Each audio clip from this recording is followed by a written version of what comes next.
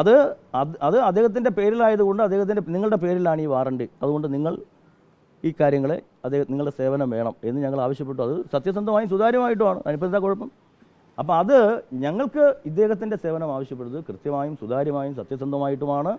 അത് 10 ഗ്രാമാണ്. അത് വാറണ്ടി ഉള്ളത് കൊണ്ടാണ്. ഞങ്ങളെ സംബന്ധിച്ചിടത്തോളം ദേവസ്വം വകുപ്പ് മന്ത്രിയായാലും ശരി, ദേവസ്വം ബോർഡ് എന്നുള്ള നിലയിലായാലും ശരി, ഞങ്ങൾക്ക് ഒന്നും മറയ്ക്കാനുമില്ല, ഒളിക്കാനുമില്ല.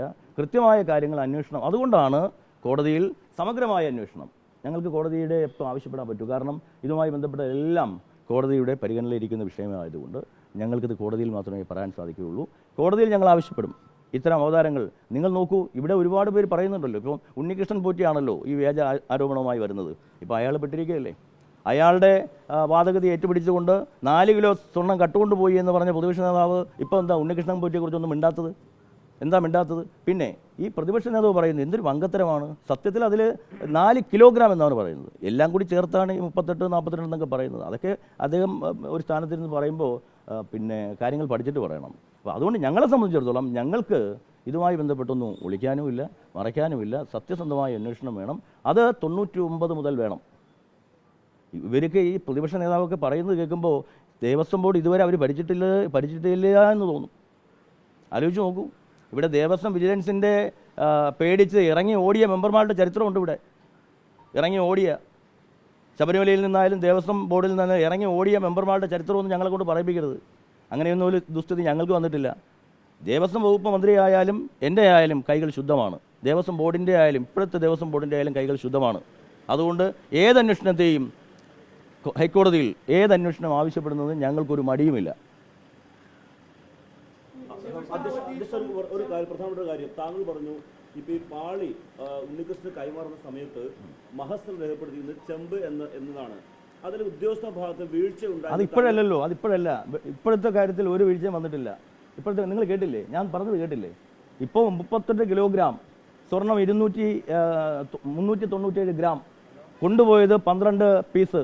അത് 22 കിലോഗ്രാം. അതിൽ സ്വർണം 281 ഗ്രാം. ഞാൻ ഇപ്പോൾ പറഞ്ഞു കേട്ടില്ലേ? ഞങ്ങൾക്കിപ്പോൾ ഒരു ആശയക്കുഴപ്പമില്ല. സ്വർണത്തിൻ്റെ കാര്യത്തിലായാലും ചെമ്പിൻ്റെ കാര്യത്തിലായാലും എല്ലാത്തിനും കിലോഗ്രാമിൻ്റെ കാര്യത്തിലായാലും ഞങ്ങൾക്കിപ്പോൾ ഒരു സംശയമില്ല. ഉത്തരവിൽ അതായത് ഉണ്ണികൃഷ്ണനെ ഇത് കൈമാറുന്നതുമായി ബന്ധപ്പെട്ട് ബോർഡ് ഇറക്കിയ ഉത്തരവിലും ഒപ്പം തന്നെ മാസ്റ്ററിലും ചെമ്പ് പാളികൾ ആരാണ് പറഞ്ഞത്? നിങ്ങളുടെ ആരാണ് പറഞ്ഞത്? നിങ്ങൾ ആരാ? അത് 2019 കാര്യമാണ്. ആവശ്യമില്ലാത്ത കാര്യം പറയില്ല.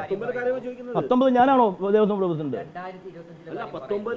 അതൊക്കെ 2019 വിഷയമൊക്കെ കോടതിയുടെ പരിഗണനയിലിരിക്കുന്ന വിഷയങ്ങളല്ലേ. കോടതി തീരുമാനിക്കട്ടെ. ഞാനിപ്പോൾ എൻ്റെ കാലത്തെ കാര്യമാണ് ഞാൻ പറഞ്ഞത്. 2019 കാര്യമൊക്കെ ഞാൻ പറയാൻ ആളല്ല. അതെല്ലാം അന്വേഷണത്തിന്റെ പരിധിയിരിക്കുന്ന കാര്യങ്ങളല്ലേ. ആയിക്കോട്ടെ. അതെല്ലാം എനിക്ക് ആയിക്കോട്ടെന്നേ. അതൊക്കെ കോടതി അന്വേഷിക്കട്ടെന്നേ. അതിനെന്താ നിങ്ങൾക്ക് കുഴപ്പം? കോടതി അന്വേഷിക്കട്ടെ. ആ കാര്യങ്ങളെല്ലാം തന്നെ 99 മുതൽ 2025 വരെയുള്ള കാര്യങ്ങൾ ഞാൻ ചോദിക്കട്ടെ. എൻ്റെ കാലഘട്ടം വരെയുള്ള കാര്യങ്ങൾ അങ്ങനെ ആരെങ്കിലും പറയും? എൻ്റെ കാലഘട്ടം വരെയുള്ള കാര്യങ്ങൾ അന്വേഷിക്കട്ടെ കോടതി. സമഗ്രമായി അന്വേഷിക്കട്ടെ. അല്ലെങ്കിൽ ഞങ്ങൾക്കൊരു മടിയുമില്ല. പിന്നെ 2019 കാര്യമൊക്കെ അന്വേഷണ വിധേയമായിരിക്കുന്ന കാര്യമാണ്. അത് കോടതി അന്വേഷിക്കുന്ന കാര്യമാണ്. വിജിലൻസിൻ്റെ നേതൃത്വത്തിൽ അന്വേഷിക്കുന്ന കാര്യമായതുകൊണ്ട് എനിക്കതിനെ സംബന്ധിച്ച് ഉത്തരം പറയാൻ ഞാൻ ആളല്ല. അത് കോടതിയോട് ആ കാലഘട്ടത്തെക്കുറിച്ചെല്ലാം ഉദ്യോഗസ്ഥ വീഴ്ച ഉണ്ടെങ്കിൽ ആ ഉദ്യോഗസ്ഥരുടെ വീഴ്ച അന്വേഷിക്കട്ടെ. അനുബന്ധ കാര്യം പറയുമ്പോൾ ഈ 2019 ഇത് അവിടെ വെച്ച് പണി ചെയ്തില്ല, അത് കൊടുത്തുവിടാൻ ചെയ്തത്. 2025 സമാനമായിട്ട് എന്തുകൊണ്ട് ഈ വെറും 10 ഗ്രാം മാത്രം പൂശേണ്ട ഒരു വസ്തുവായതുകൊണ്ട് തന്നെ എന്തുകൊണ്ട് ഇവിടെ വെച്ച് അത് പണി ചെയ്തില്ല? എൻ്റെ പൊന്നു സുഹൃത്തെ, അതൊക്കെ കോടതി ഞങ്ങൾ പറഞ്ഞിട്ടുണ്ട്. കോടതി അതിന് ഞങ്ങൾക്ക് പെർമിഷൻ തന്നു, തിരിച്ചു വരികയും ചെയ്തു. അതിലൊന്നും ഒരു കൺഫ്യൂഷനും ഇല്ല. അതൊക്കെ നിങ്ങൾ വരുത്താൻ ശ്രമിക്കുന്നതാണ്. സ്പെഷ്യൽ കമ്മീഷൻ അറിയിക്കാൻ വീഴ്ച വന്നുപോയി. അത് പറഞ്ഞല്ലോ. അത് കോടതിയെ ബോധ്യപ്പെടുത്തുകൊണ്ടാണല്ലോ കോടതി ഞങ്ങൾക്കത് പിന്നെ തിരികെ കൊണ്ട് സ്ഥാപിക്കുവാൻ പെർമിഷൻ തന്നത്. ഞങ്ങളുടെ കാര്യങ്ങൾ സുതാര്യമാണ്, സത്യസന്ധമാണെന്ന് ബോധ്യപ്പെടുത്തുകൊണ്ടാണല്ലോ. കമ്മീഷൻ അറിയിക്കണമെന്നുള്ള വ്യവസ്ഥ കൃത്യമായിട്ട് പ്രസിഡന്റ് അറിയാവുന്നതാണ്. എന്നിട്ടും അത് ചെയ്യാതെ എന്തുകൊണ്ടാണ് ഇത് കൊണ്ടുപോയതിനു ശേഷം കോടതി അറിയിച്ചത്?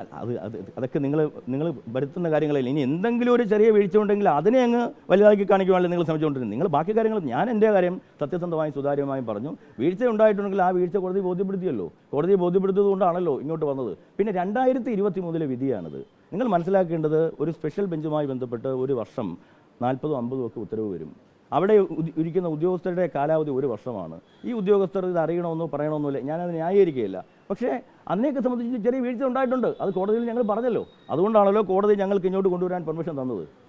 അതിപ്പോൾ കൊണ്ടുവരികയും ചെയ്തു. ഒക്ടോബർ 17 ഞങ്ങളത് പിന്നെ തന്ത്രിയുടെ അനുമതിയോടുകൂടി പുനഃസ്ഥാപിക്കുകയും ചെയ്തു. എന്താ കുഴപ്പം? ബാക്കിയുള്ള കാര്യങ്ങൾ കോടതിയുടെ പരിഗണനയിലിരിക്കുന്ന കാര്യങ്ങളാണ്. അതിനെ സംബന്ധിച്ച് അഭിപ്രായം പറയാൻ ഞാൻ ആളല്ല. അതെല്ലാം കൃത്യമായും സത്യസന്ധമായും അന്വേഷിക്കണമെന്ന് കോടതിയോട് ഞങ്ങൾ ആവശ്യപ്പെടും. ഒരു കാര്യം ചോദിച്ചോട്ടെ. ഒരു കാര്യം ചോദിക്കാനില്ല. നിങ്ങൾ ചോദിക്കുന്നതൊക്കെ കുഴപ്പമില്ല.